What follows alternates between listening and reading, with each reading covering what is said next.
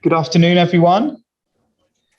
Welcome to our latest Eden Project North community conversation. Great to see you all. Thanks for joining us on this Friday afternoon. And thanks also for bearing with us on the time change. We had to reschedule because we have an all Eden staff refresh week next week. So everybody is off next week. So we brought it a week forward. But thank you for bearing with us on that. Today, our topic is sustainability and transformation in surrounding communities. And as ever, we have a really interesting set of speakers for you, and some of whom are very excitingly joining us live from Glasgow, where they're at COP26.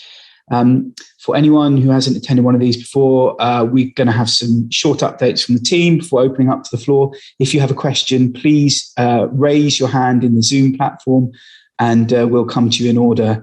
I don't have my usual wingman, Tom, with me to help with the muting and unmuting, so please bear with me.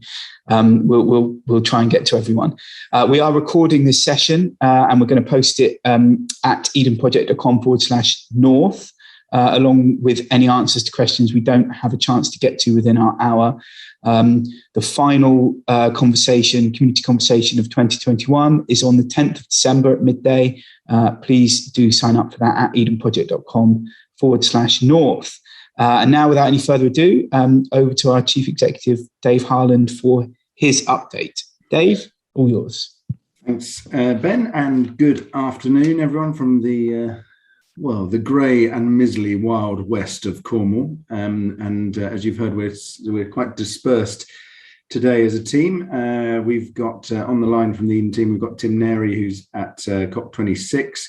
He's actually, although he's got the background, which is our pavilion there, he's actually in a little green phone box, which is the only way you can find somewhere quiet at COP. Then we've got Charles Sainsbury, who's our Sustainability and Energy Manager, is going to just talk about sustainability in a second. Emma Critchley, our Project Manager, Bevis, I see as well, who's one of our landscape architects. And then we're joined after Charles's presentation by the lovely Kiki from Relic in Heysham as well. So the theme today is I think sustainability, and Charles is going to bring that to life in just a second. A lot of people have been asking us, so where are you guys? Well, where we are with the project at the very least is that the planning is obviously in. We're working through all of the sort of the technical details there. In the background, it won't surprise you that we're doing a lot of work around the funding.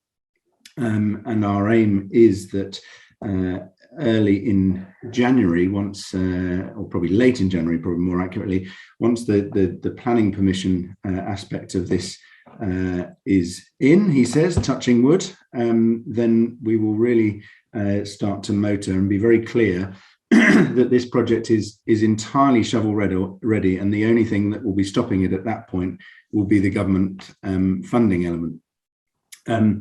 If any of you were minded that you wanted to get involved in that push, then please do. I think the more people who are based in Lancashire, who are based in the Northwest, who are saying to those in power that this is something that you support, the better. And so please do dive in any routes that you have, whether that's with local councillors, with the county councils and so on, by the way, all of whom support this. But I think we've got to just give this a push to get it across the line, to really prove that levelling up is something that the government is taking seriously, and that the environment is an issue that they want to push, and that actually we mustn't forget regions, frankly, like Cornwall and like the Northwest as part of that narrative. So, but we remain as the Eden team completely 100% committed. It is the item that dominates our board meetings, both with our trustees and with our directors. So it's the number one priority that we have. I was up in COP last week, and I just wanted to give you a sort of sense of it. I was there for 4 days with our founder Tim, and with various of the team, and I think it's God, it's a really interesting thing to do some people watching, by the way, and you know, because there are literally thousands of people there. The thing that you may not know is that we've had our own pavilion there. We were asked by the British government. Excuse me. And here is the Eden pavilion here without any people. As you can see, it's a sort of geodesic structure. It's a fragmented biome, and what it does is it tells stories about some of the things that we're doing. It's got little phrases. The sort of little blue half hexagons that you can see are getting people to think a little bit differently, as you can see this one there. And what it's done is that the thing that you realize when you go to COP is that this is in a location that is not in the main exhibition hall. It doesn't look corporate. The walls that people are negotiating in, the rooms, sorry, that they're negotiating in are all white. They're generally windowless. They have white tables. They have white chairs. And then you come out and you see this beautiful thing. And it has people like Tim and Charles standing on it and looking similarly beautiful. I'm sure you'll all agree. But actually, what it's done is it's stimulated conversations with all sorts of nationalities, all sorts of people, through from, you know, the environmental observers that are there, but also educationalists. And they get talking about places like Morecambe, actually, because Morecambe obviously features as part of it. They get talking about our interdependence on the natural world. And we've been lucky enough to have some pretty high level visits there. So we announced a new project in Colombia. Who knew that it was possible to twin the Meta region of Colombia with the Morecambe Bay area, but we are going to do it. We had the Costa Rican president also come to the stand, along with a host of other delegations, just because of the location of where we were. And I think it's been a very interesting time. Will COP26 deliver for humanity and the planet is a question I think we are all wrestling with and don't yet know the answer. I think happily the Americans and the Chinese working together over the last couple of days has given it a bit of a shot in the arm in terms of some of the progress. But we really do need it to be a success. And all I can say is that the conversations that we've been involved in at multiple levels indicate that there is great will to do so across nations. Now what we need to do is to ensure that people remember that there is a choice in terms of all of these things, and that taking choices is sometimes hard, but it is that we must do so, and that we must, I think, work together in order to do so. And that, in a nutshell, is what Eden is about. It is about coming together and creating exemplar projects that actually show that there's a different way of living our lives. And it doesn't mean that you can't enjoy yourselves or anything like that, but it does mean that you do it in a responsible way. And that is a nice lead in, I think, to what Charles wants to talk about in terms of sustainability. Lovely. And so, Charles, over to you to bring to life this element of Morecambe, please. Thank you, Dave, for that brilliant introduction. And good morning, everyone. Lovely to meet you all. Please just bear with me while I share this screen.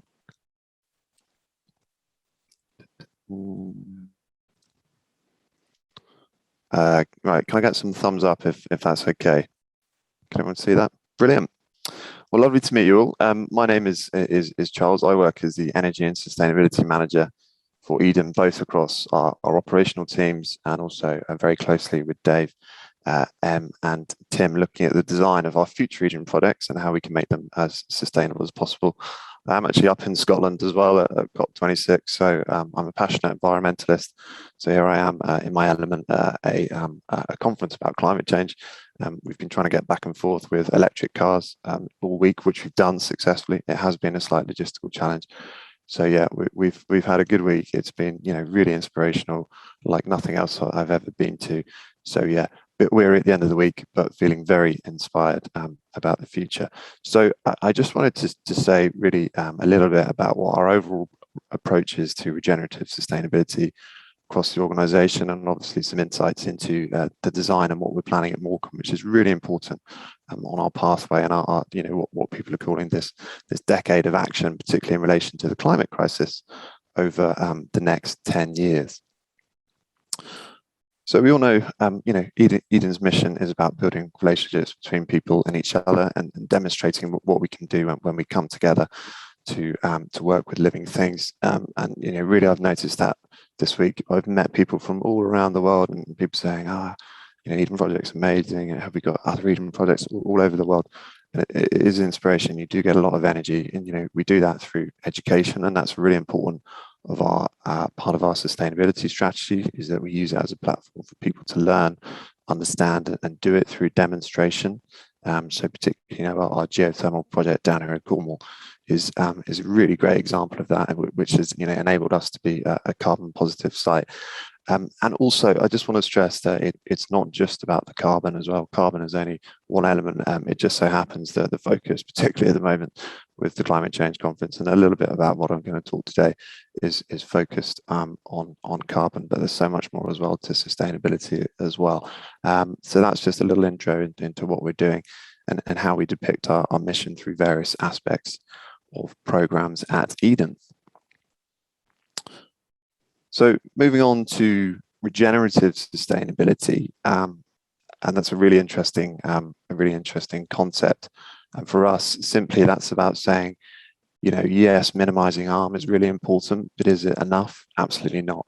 We need to actively do more good and make sure that everything we do has a net positive impact as well. So just in terms of a theoretical slide, we like to frame everything we do within the 5 capitals: the financial, the manufactured, the human, the social, and the natural. All of these elements of sustainability are increasingly interlinked, and it's important that to have a positive impact, we should grow all of those all of the time. And particularly when we're seeing through the biodiversity and climate crises, these are all interlinked.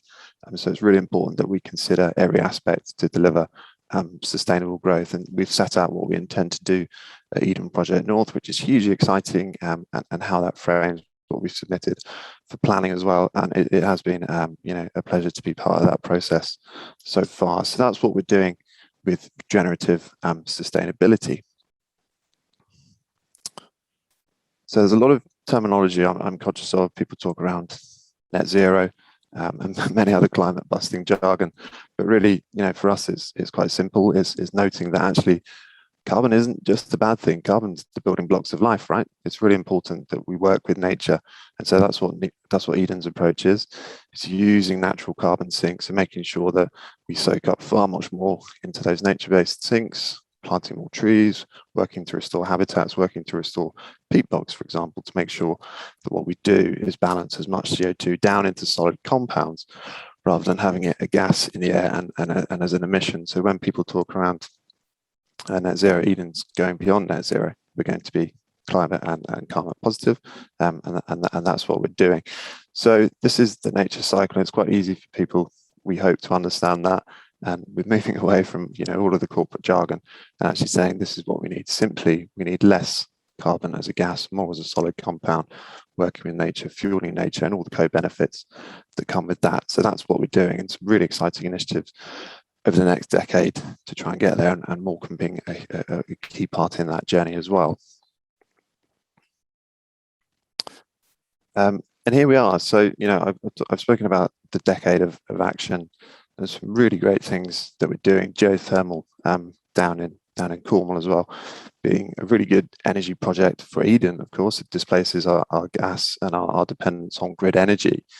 But actually, it's a community energy project as well. And so I talked about regenerative sustainability, always giving back more in a positive way than we take. And that's the whole point. It's about having community energy, making sure that we can supply local homes, local businesses with renewable energy at a good tariff as well. So the dial, if you think, and this is quite a nice graphic that our interpretation team put together, talks around the balance and where we need to go. We're doing lots of good things. We've reduced our carbon footprint significantly since 2013, but now we need to go further. And it's really important that we think about the operations of our site, how we manage waste as well, which I'm sure Kiki can talk about as well a bit later on, how we manage our operational energy, but all the other things that come with running a business, our supply chain, our visitor travel. So, Eden, we've done some really good stuff with our carbon footprint, but now we're saying we need to go even further. with even more urgency as well. So just to give, what we think is a future picture, once we've got to 2030, we'll be at a much better place, much less reliance on carbon, more focus on renewable generation and being self-sufficient, really. And that's what it's all about. And that's how we have that net benefit, that carbon positive benefit as well. So that's just a little bit to say how we're going to get there. This slide just talks around actually what Eden's carbon footprint is. So this was, without getting into too much data, it was a study that I worked on to say, yes, our scope 1 and 2 emissions, so that's our fuels, energy for getting around, gas and electricity coming to our site in Cornwall. That's where we've made some really good reductions over the past 10 years. But actually there's this whole other element, which is your scope 3 emissions. So not directly under our control necessarily, they're from our suppliers, our partners, and our visitors as well. And this is hugely ambitious. And what we're saying is that now, yes, we're going to be carbon positive with our scope 1 and 2 emissions, but all our supply chain emissions we're going to tackle as well. And obviously we can't do that alone. So that's really important that we do that with partners, we do that with our stakeholders, our communities, our businesses as well. And to say, actually, there's a whole other element of carbon we need to tackle. So that's what we're focusing on at the moment, really, which is, really exciting because there's good opportunities to innovate, think about doing business in a different way, think about how we transport all our goods to our sites and making sure that everything we buy is absolutely ethically sourced, it's from recycled sources, and it can be recycled at the end of its use, so that we develop this site of being circular and within our own system, our own self-sufficient system as well. So there's just an element of where our carbon is, and you can see certainly for Cornwall, the visitor travel aspect is quite significant, as we know. And Tim and I have been having some really interesting conversations and inspired by the innovations at COP this week, thinking about hydrogen trains, thinking about electric battery powered trains as well, and thinking about what we can do with EV charging infrastructure, which is really important for Morecambe, I think, is actually quite exciting. So very different. But that's just to say, this is the stake of our carbon footprint, and just to outline the challenge and what we're going to do going forwards. Excuse me. So how are we going to get there? What are we going to do to really eradicate as much carbon as we can? So the first element is a group of what we call nature-based solutions. So this really plays to everything that Eden does so well. We are renowned for world-class horticulture as well. We generated thousands of tons of soil in making our site down in Cornwall as well. And that's what we need to continue to do. We need to continue to regenerate our landscapes, make our own soil, and make sure that with afforestation projects, looking at really innovative technologies such as biochar, so creating a source which can go into the soil to improve its quality and soak up carbon is really important. And I think there's been a lot of talk of nature-based solutions here in Glasgow this week. It's not just about the carbon element. There's so much else in that as well. What's got really interesting with some of the discussions we've had on the stand, there's the human aspect, there's the benefits to well-being and health as well as the benefits to carbon and biodiversity. So that is obviously absolutely our priority, working with nature to think about how we can remove our carbon, but also create a better world for people and plants and biodiversity as well. So that's one key area we are focusing on. The second, as I've alluded to, is with energy and transport. So that's where obviously a large element of our emissions come from. And the image there on the left is the geothermal drilling rig on site in Cornwall, which is just a really exciting, game-changing opportunity, really. And that's how, we are carbon positive, is that we can generate our own heat, which is fantastic to power the biomes. In time, we'll generate our own power as well and move away from being dependent on grid as well. And as I say, that's what we're thinking about with Morecambe as well. How can I support communities as well to say, look, we know that energy prices are really high. It's a big cost for any household. Let's look at some energy, in the community schemes, how we can distribute, share it, and try and use as little as possible. So that's a really exciting aspect. And I think, having that geothermal plant and being able to be part of that has been amazing as well. Second element, as I've said, is transport as well. So particularly for visitor attractions, that's a really important bit to tackle. Those are actually pretty similar to the cars we've been using this week. So our Volvo electric XC40s. So really, really cool cars, really good. But we need to do as much as we can to support our fleet on site and the vehicles that our staff use, but also what we're doing with visitor travel and how can we incentivize that. So yeah, looking at EV charging infrastructure and making sure that that's powered from renewable sources as well. And there's a lot of talk with climate targets about electrification, moving away from fossil fuels. So I think it's really cool. Eden is doing that. And we're going to do that through demonstrating and showing that the technologies are viable, they do work. And how can we continue to push them out as fast as possible into the future. Thirdly, and what's a really key area, I think for Eden as we expand our ambitions across the globe, is what we do with the design of our future infrastructure and projects as well. It's for me as sort of an energy and sustainability person, I really like looking at retrofitting projects, but hey, isn't it a lot easier if you get it first time round at design? And that's what we'll do at Morecambe as well. We're not going to have gas on site. We don't think we need gas, which is amazing. So that's a really pioneering step to do that. And then also thinking about all the materials that go into the structure. And you can see the latest image there, which is really beautiful. We're trying to maximize wood as a sustainable construction material as much as possible, which is, you know, really good in terms of insulation, keeping you cool in the summer, keeping you warm in the winter, but also it's really low carbon if you think about where that wood has come from. If it's sustainable, hey, that's actually soaked up quite a lot of carbon before you've even used it as well.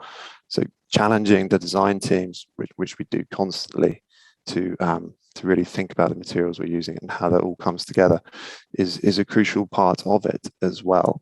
And then the final aspect, as I've said, is how we develop responsible supply chains. And you know, Eden says we can't do it together. We have to work with our suppliers. We have to work with our partners. What we do locally in Cornwall is source really local, ethically sustainable products, which are from recycled goods and can be recycled. But all the other aspects as well, how we get those goods to site, making sure that our suppliers are as sustainable as possible. There's a journey to go on with them. We don't think we can necessarily do it alone. And that's why, you know, we're really excited to work and develop locally within the area and the community in Morecambe as well, to support local businesses to come with us. Our approach is certainly not that, you know, we expect all the businesses we work with to have all of their climate strategies and their net zero targets in place. It's about absolutely working together in a sustainable model to, as I say, regenerate environmentally, but also economically and financially as well. So that is a very quick whistle tour I've given you. I can see Dave's itching to come in, so we do move on to some questions and discussion now, I think. No, not quite. We don't. Quite, Charles, no. thank you. We're going to let Kiki have a bit of a say about how we bring this to life, sort of locally. And I think I just wanted to say about the geothermal piece. We've talked about this before, and it is the single most exciting thing that I think, apart from the project in Morecambe, that has happened with Eden in the last 10 years. It's something that we have been chasing.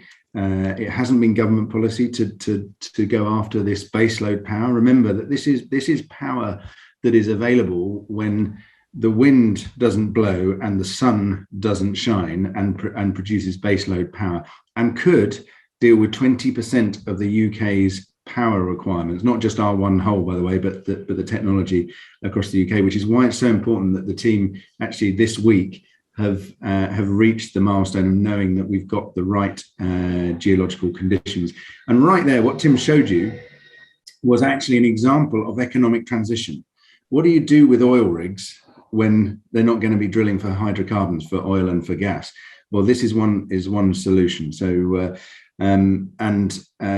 other transitions that we need to make are, you know, across all of the sort of economic areas. And the lovely thing is, Kiki, that's actually a nice lead into to what you're doing as well in terms of the circular economy, and you know, very much making you know, products from waste, particularly from plastic. I know you've been working with Gabby and the team from the Bay from our side, but we'd love to just hear a bit more. Bring it to life for us as well. So if you wouldn't mind. Sure. Thanks for having me. So my name is Kiki. I am a co-director for Relic Plastic. I'm currently sitting in our, what we call the Recycled Plastic Foundry. And we're located out here in Heysham. We originally began a couple of years ago as Precious Plastic Lancaster. So we founded kind of on the open source network and understanding of precious plastic, which is a global movement. And basically people developed machines and processes to bring the entire recycling system all under one roof. And there's many different ways you can go about it. You can make sheets, you can make 3D products such as plant pots. And so we found it more as a community engagement project. So we would go around to schools and talk to students about recycling and waste hierarchy. Waste hierarchy is basically this idea that we always talk about recycling, but we've never really talked that much about reuse and repurpose. And so we need to talk more about these ideas of using less or reusing things more often or repurposing them rather than just chucking them in our recycling bins. And so we found it more to talk about this process and to show people how you could kind of think differently about this system. And then because of COVID, we couldn't go out into schools anymore. We couldn't do public facing events anymore. And we started making more products. So we started doing things like plastic. We've also been working with other businesses that wanted to create their own products. So if you've ever seen, we make combs for a wonderful company down in London called Recomb. And their hairstylists, they decided they wanted to provide an option for their industry that is entirely circular. And so we take recycled plastic and we make beautiful products for them. And then now, because we're in this large new space and we're able to actually welcome people into it again, we'll be doing new events like workshops where we can bring people in, give them a tour of our space and talk differently about material usage, because we like to talk about the fact that waste is not waste, it's actually a resource. And the problem is that we've been trained to think differently about what trash, rubbish, whatever you want to call it. And we are very divorced from the system of we put it in the bin and we think that something's going to happen to it. And recently, we've seen pictures of British rubbish that's just been dumped in Turkey, or we know that we're seeing things, plastic that from the 80s that's washing up from the oceans. And people are becoming more and more aware of this as an issue. And rather than thinking, what we need to do is do more litter picks, actually what we need to do is think about how do we use less plastic. And we believe as Relic that we're actually at the bottom of the totem pole for the waste hierarchy.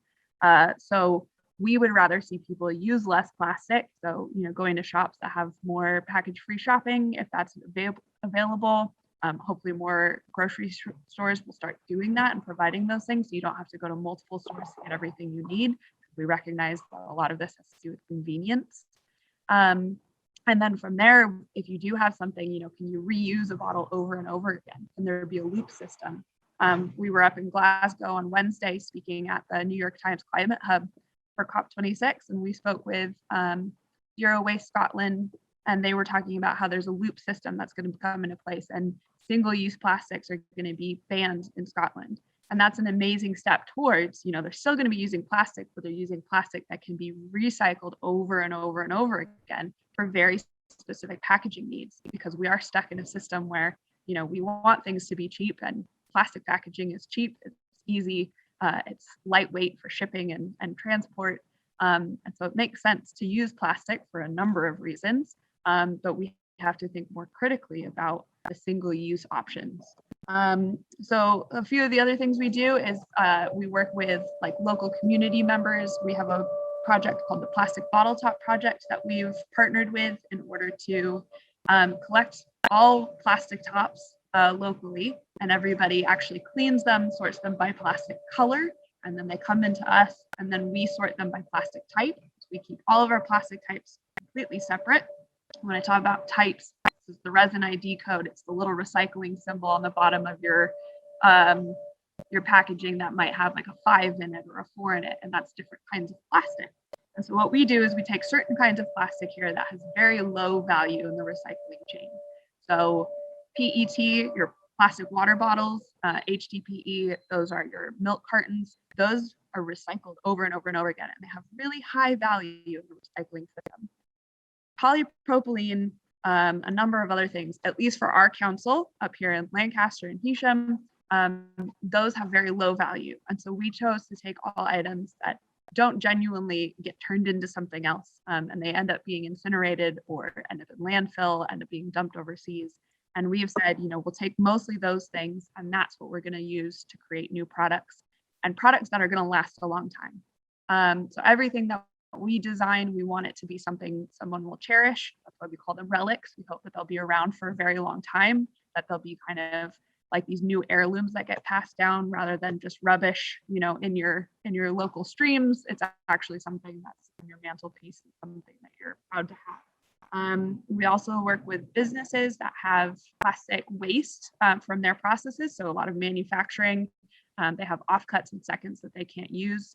And the recycling system, they say if you have a ton of plastic, we can buy that off of you. But if you have less than a ton of plastic, it's not worth their time buying it off of you. So those businesses are responsible to actually pay to get their recycling separated and taken away. But they don't tend to do that because it costs extra money. So we're stepping in and trying to stop that and take the plastic at that point and say, we can make things out of that then gives value to what you're considering waste. And so we work with a company locally called Checkpoint Safety. They make wheel nut indicators, which are the little like high vis pointers that you'll see on the lorry wheels. And basically they're giving us plastic that would normally get recycled into a different system, but they're just saying, we want to see what you can do with it. And so they're supporting us in that way. And then we're also doing like community education. So like I said, we'll be bringing people in for workshops.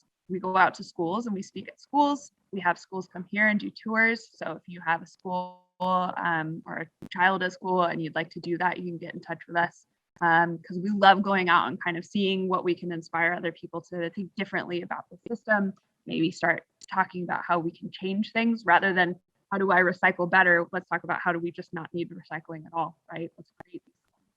And yeah, I just wanted to show you really fast because I'm actually in the foundry right now.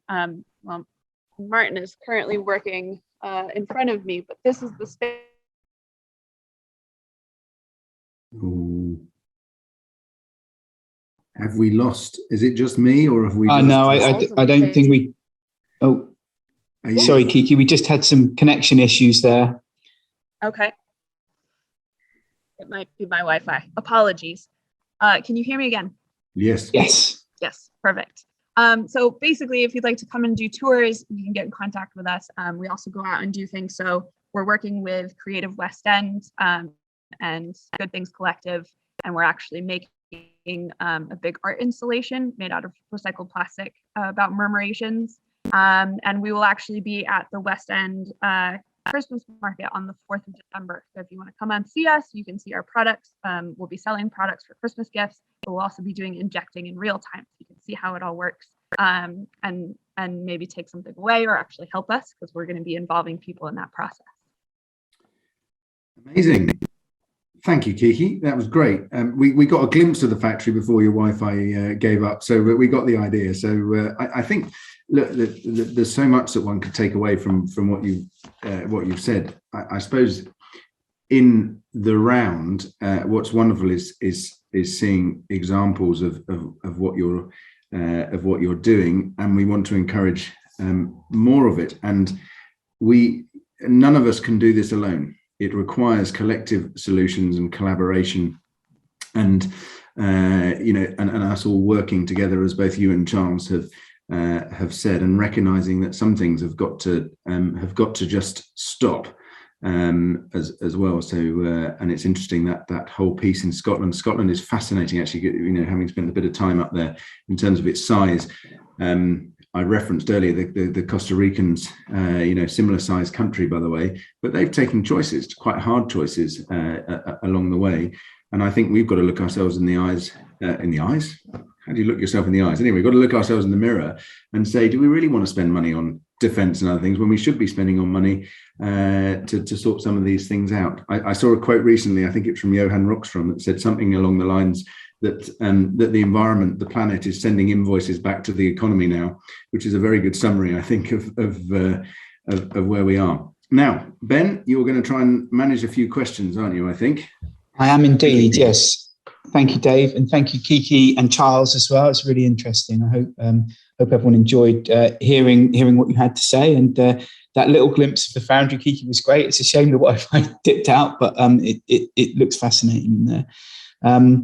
So now it's time for questions. It would be great to hear from you following what we've heard from our guests here. Please do open up the participants menu and raise your hand through then, and we'll come to you in order. This is the bit that always makes me feel nervous, because I know that people want to ask questions, but it's always it takes a brave person to jump in first. So no hands currently up, but please do throw your hands up if you'd like to say something.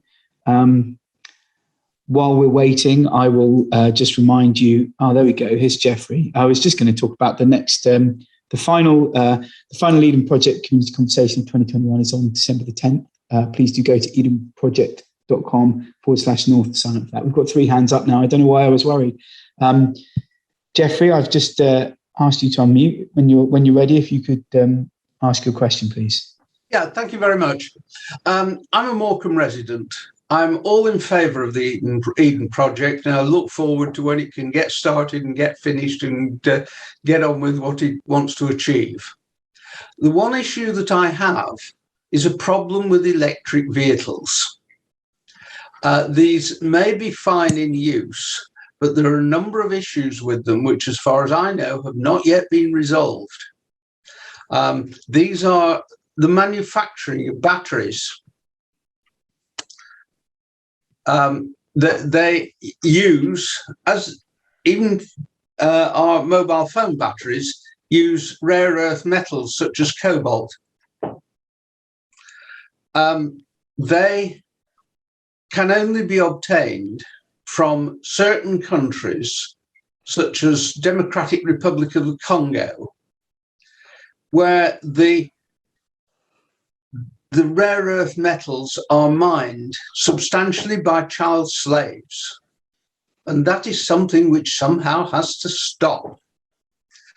The second issue I have is the charging of cars. Many people can't have chargers because, if you live in a 5th floor flat, you can't stick a charger outside your house. Also, some people's houses are maybe not susceptible to having charging points fitted. Sorry,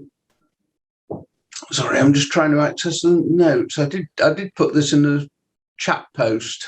I'm trying. We can help you out here, Jeffrey. It's all right. We I think your third point was about disposal, end of life. Thank you very much. Yes. When these vehicles come to the end of their natural lives, there is, I understand, difficulties in disposing of them, or disposing of them in a way which is in any way financially sensible, because they have these blocks of electric batteries which are useless, and I assume have little or no financial value, and nobody wants to dispose of them. I did see one photograph of a field outside Paris, where apparently a large number of identical vehicles which had been used by the Paris City Council had all come to the end of their lives and were stuck in a field until somebody came up with a plan as to how to dispose of them. What do we do about these issues? Yeah. Okay. Well, it's a great issue. It's very topical. I think let's try and tackle it. I don't want to spend too long on electric cars, but we've done quite a lot of work on this over the years. In fact, Eden was the originator of something that was called the Sexy Green Car Show back in 2005, when people thought that this was just a dream. I think on the mining point, this is a complication at the moment in terms of mining just generally, by the way, not just electric cars, but all sorts of other places. And illegal sourcing and bad supply chain management needs to stop. There is no doubt that has got to be fixed, and part of that shift will be through increased regulation and consumer behavior. And actually, this is a climate justice point as well, by the way, making sure that some of the nations that you mentioned are definitely, poorer African nations, and they need to make sure that they are able to be part of the change that we all want to see. I'll invite some of the Eden team to comment specifically. I think on your point about charging, that is something that requires the government to really get behind infrastructure in the right way. I have to tell you, so I drive an electric car. I'll just mention that, Jeffrey, as I go past. The charging network is improving very, very, very fast, and not just publicly, but also privately, such that Ecotricity 10 years ago put their first charger in. It was 3 kilowatts. They're now putting in 350 kilowatt chargers, which completely changes the game. We now need to work out how to deal with the infrastructure next to houses. And part of that is that we need to see cars as part of the battery storage solution for the network, so that renewable power, which is the other thing that you're talking about, is renewable power is the only source of electricity. And what a lot of people don't realize is when you fully charge a car, say it has a range of a couple of 100 miles, that's equivalent to 5 days 5 days electricity for an average house. Yeah. So you can actually use that for storage, which is then part of the solution as to what you do with these cars afterwards, that correctly designed, and you've got to look at people like Volvo and there are other manufacturers as well, is part of it is making sure that it's got a complete supply chain end to end. And part of the solution is going to be about using those old batteries for battery storage, because they might not work for cars at that point, but they will then work to store power. And that's a really, really brief version of what is a very, very complex set of argument. The one stat I want you to remember, though, is anybody who tells you that this can't be done through renewables is that the International Energy Agency, who know a thing or two about this, are clear that wind power alone could meet the entire world's electricity needs 18 times over.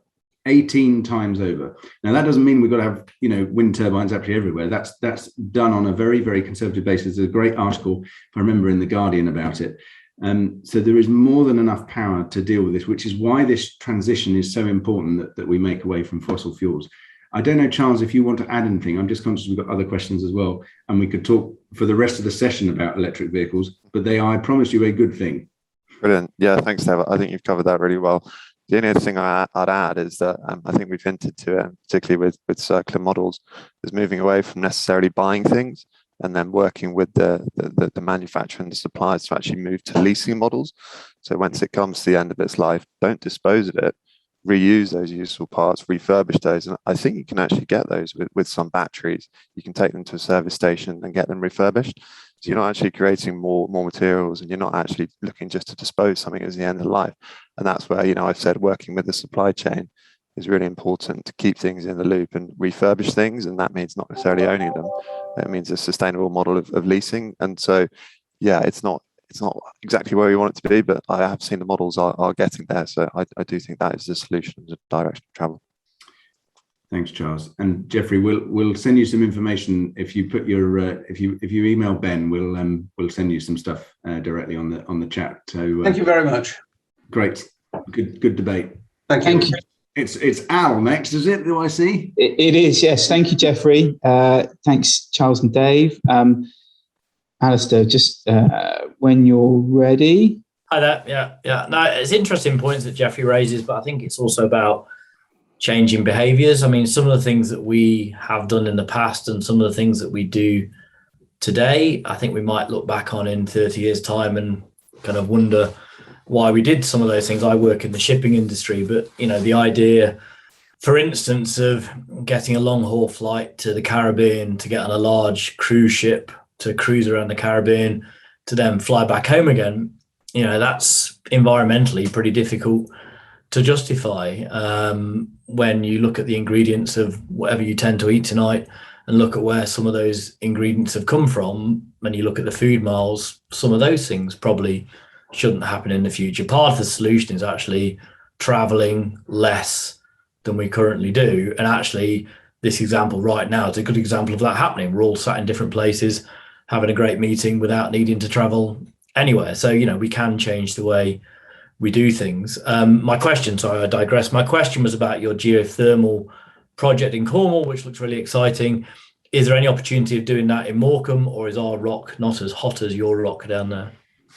So, thanks, Al. Sorry, I forgot to say something really important, which I'm glad you've raised, and actually I think Madeline has just raised, which is geothermal, and using that technology, by the way, allows us to look, and what's interesting, particularly in Cornwall, is that there are minerals down there that can be used for the production of batteries and other things that are coming to light now as well, which is would be great. So the short answer is maybe, Al, is the answer. So I would never cast aspersions at your rocks. I wouldn't dare around here. But what is interesting is that we've gone to 5.4 kilometers, which is the deepest and the longest now in the UK. If you were an oil company and suddenly nobody wanted oil and gas, but you had rigs that were capable of drilling to 10 or 11 kilometers where it might be hot enough, one wonders if you might then choose that's not quite so difficult anymore. So, and I think that's the point that we have to get. We all know it gets warmer as you go down into the Earth's core. There are some technical difficulties. What is definitely the case is in Cheshire you can, but Lancashire needs a bit more work. So, but the team are looking at it. So that's where we are. Thanks, Dave, and thank you, Alistair. Oh, Alistair, do you want to come back? You're muted at the moment. I might need to mime. Try and mime, Alistair. Oh yeah, I was just going to say, in terms of kind of whether geothermal works or not for Morecambe, one thing there's an awful lot of in the Irish Sea is offshore wind. It's not really visible from the shore because it's just over the horizon a lot of the time, but maybe something should be kind of made of that for the Morecambe site, because there's an awful lot of projects out there now and more projects to come which get in the way of shipping, but that's a different matter. But thank you. It's really interesting. I mean, let's not go there but too much, but the debate now about wind turbines and other technologies interfering with biodiversity is a real problem for renewables as well. So that, and this whole balance between the two is an important one. But again, a subject we could go on about for hours, but I think Sandra is next up. Sandra's been very patient. Thanks, Alistair. Thank you, Dave. Sandra, over to you when you're ready. Hi, can you hear me? We can hear you loud and clear. Thank you. So I work for a local district council up in Lancashire, and my role, my title is Cleaner Greener Project Officer. Effectively, it's kind of trying to encourage participation by residents and the like into recycling. But obviously, like Kiki mentioned, the hierarchy is very, very different. So it's kind of a recycling officer role, also community engagement, etc. But since I've been doing this role, it's a big eye-opener as to how the waste is managed in Lancashire. So I've been in touch with Kiki or Relic anyway, to invite them to our award ceremony next week. Eden are actually coming along. We've got Debs Woods, who's working as part of the Fleetwood element, which is where I currently live actually as well. So another reason I'm really interested in the Eden project. So that's going to be great. But our current diversion rates for our general dirty rubbish from Lancashire, from the Thornton site, which is just down the road from me, is currently at 94% plus, 94 point something percent, which is amazing. And it's fantastic results. So I will actually email Kiki some facts and figures for Lancashire. And like she said, if we didn't need a recycling officer, I would be out of a job, which would be brilliant for our environment. If we didn't need to recycle it, and it is all about diverting waste. My role, but I'd much prefer for it to be we do get the messages back about reducing rather than reusing, reducing and reusing and repurposing, etc. before we recycle. But we have like a national recycling week. I'd much prefer a national waste reducing week, which doesn't sound quite as punchy, but things like that I think need to be recognised, where we need to reduce waste more than recycling waste. So it was just really just to speak to you all, and just if anyone's got any knowledge about recycling and the different plastics we recycle and why and things like that, then I'll try and answer any questions sort of along those lines. I think that's great, Sandra. And it's one of those things that we require the small actions from individuals as well as the if you like, the bigger actions of governments and companies all collaborating as well. But yes, travel a bit less, reuse a bit more. All those sort of things are important. Probably eat a bit less meat is another one. So et cetera, et cetera. So yes, thank you for that comment. Thank you, Sandra. Great input there, and thank you, Dave. Mark is next. Hello, Mark. When you're ready, you can ask your question. Hello. Yes, I was thinking about your concentric rings of sort of sustainability. And in the middle of that, you've got finance, which is a topic at the moment. And if you put together things like the small actions, etc., and sort of Morecambe, etc., very local, you're actually going to government for finance when it could be more sustainable to look at local sources of finance, sort of a bond system or something, so you can have finance from the local community potentially.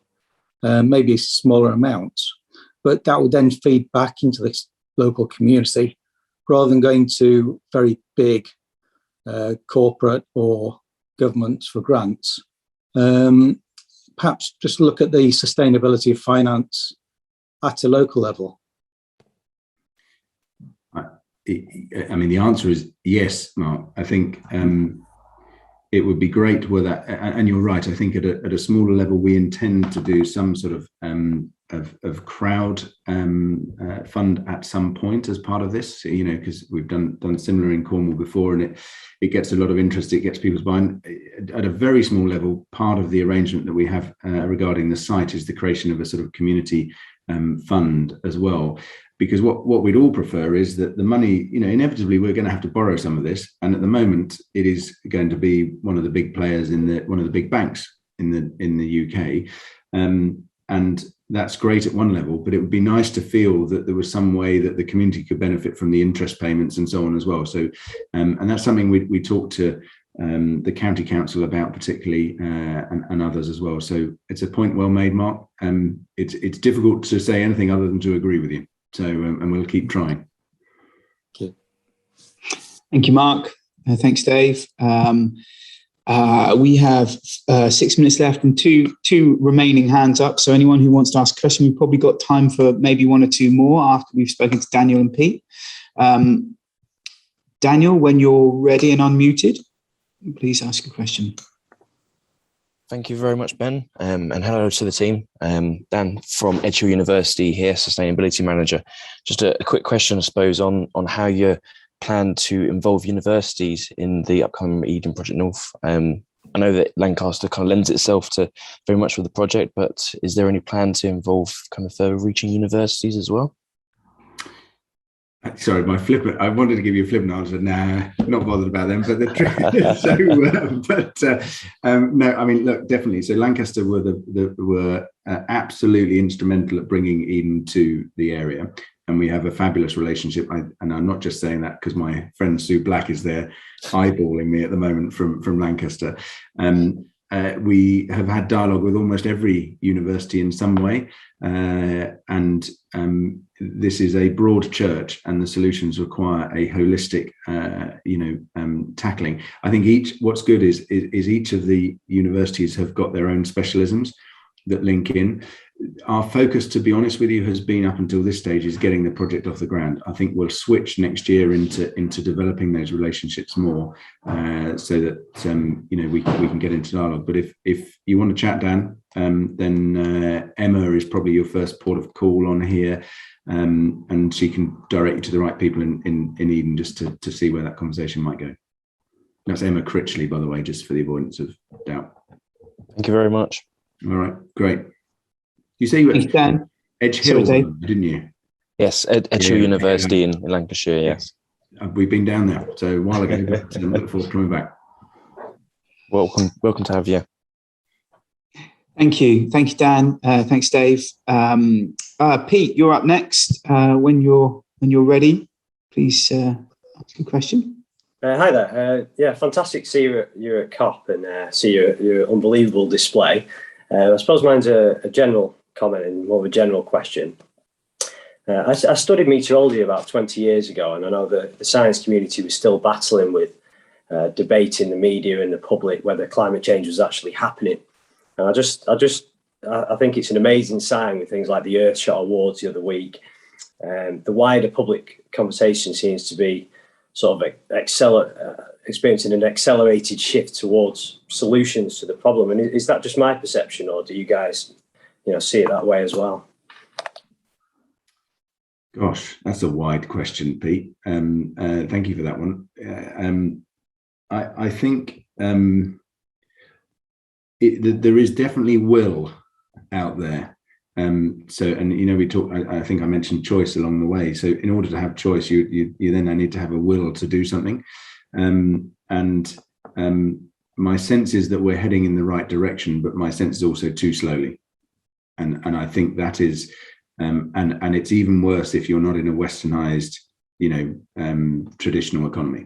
So the thing that I took particularly away from COP was the disproportionate impact, which we all knew about before we went, but when you actually talk to people from some of the African nations, some of the island nations, particularly, we have quite a strong connection with the Maldives.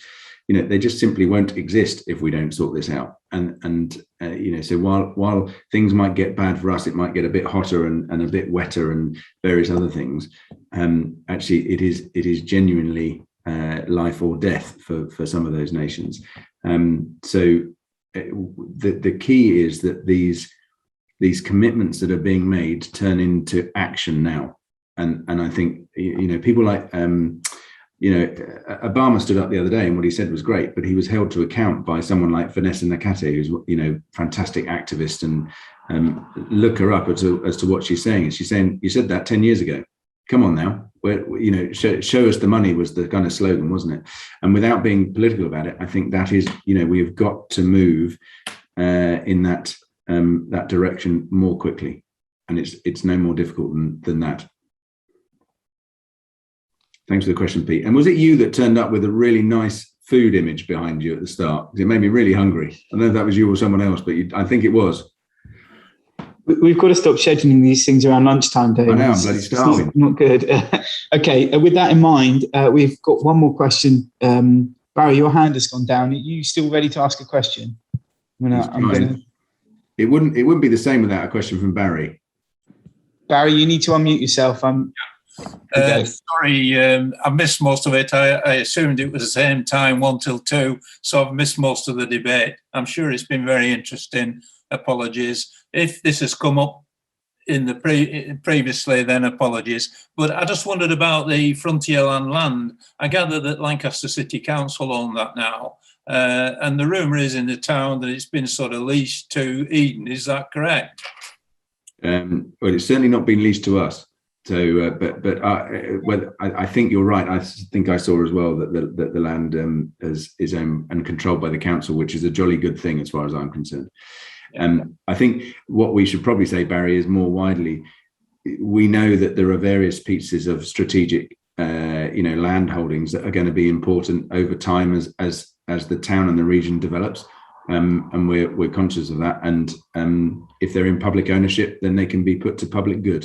So let's hope that happens. And I think that's a question for the council rather than us, though. Okay, thanks very much. Thank you. And watch it on. You can watch it once we put it up, probably on Monday. So I certainly will. Great. Thank you, Barry. Thank you, Dave, as well. That is the end of our time. The chat has been rattling away, and we haven't had a chance to address much in there. But as the recording that Dave alludes to will also be accompanied by answers to any questions that we haven't got to that were posed in the chat. So they will still be answered, just not right now. Thank you to everyone for your contributions today. It's been a fantastic conversation. Really great to see everyone so energized on this subject. Please do sign up for our final conversation of 2021, which is on December the 10th at midday. That's on edenproject.com/north. That's also the home for recordings of previous sessions, including the recording of this session once we've got everything together for it. I don't think there's anything further to say other than thank you, and we'll see you next time. Dave, have you got any closing remarks? Only to say, isn't it great to have a group of people who really want to change things, asking the right questions? And we haven't got all of the answers, but it is really wonderful to have this engagement. So thank you all. Enjoy the rest of your lunchtime, and see you on the 10th. Thank you, everyone. Goodbye.